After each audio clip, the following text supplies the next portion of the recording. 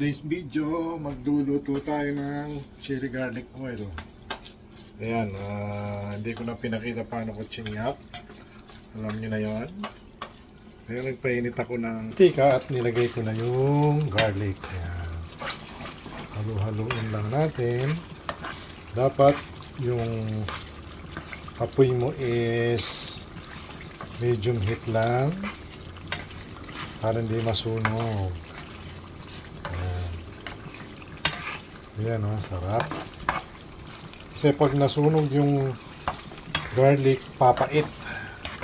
Kaya kailangan yung naluluto lang siyang ganito. Tapos ang gagamitin natin yung chili flakes.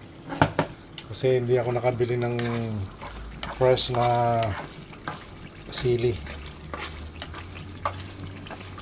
Ayan, lagyan natin ng paminta.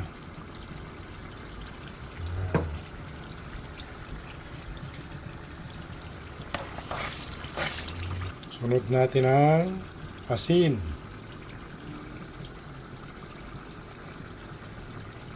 Ngayon, isunod natin yung oyster sauce. Konti lang, pampalasa lang yan.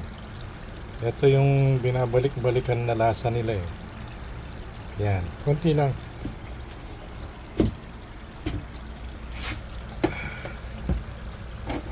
Haluin natin. Ayan o, ang bango.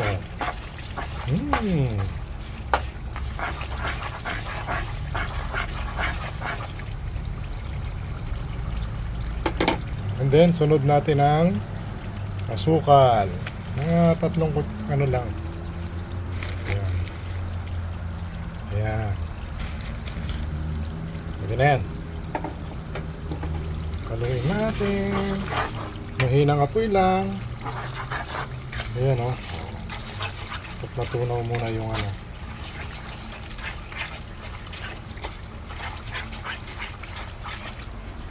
Ngayon, ilagay na natin ang chili flakes. Konti lang. Yan. Yan, pwede na yan. Dali lang po. Halu-haluin. Yan.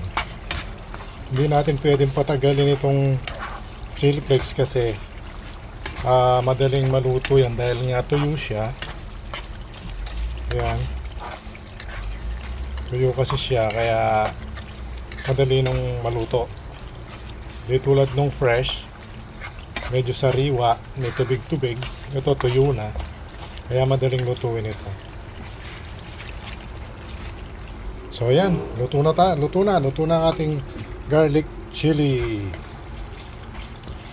So maraming salamat sa panonood.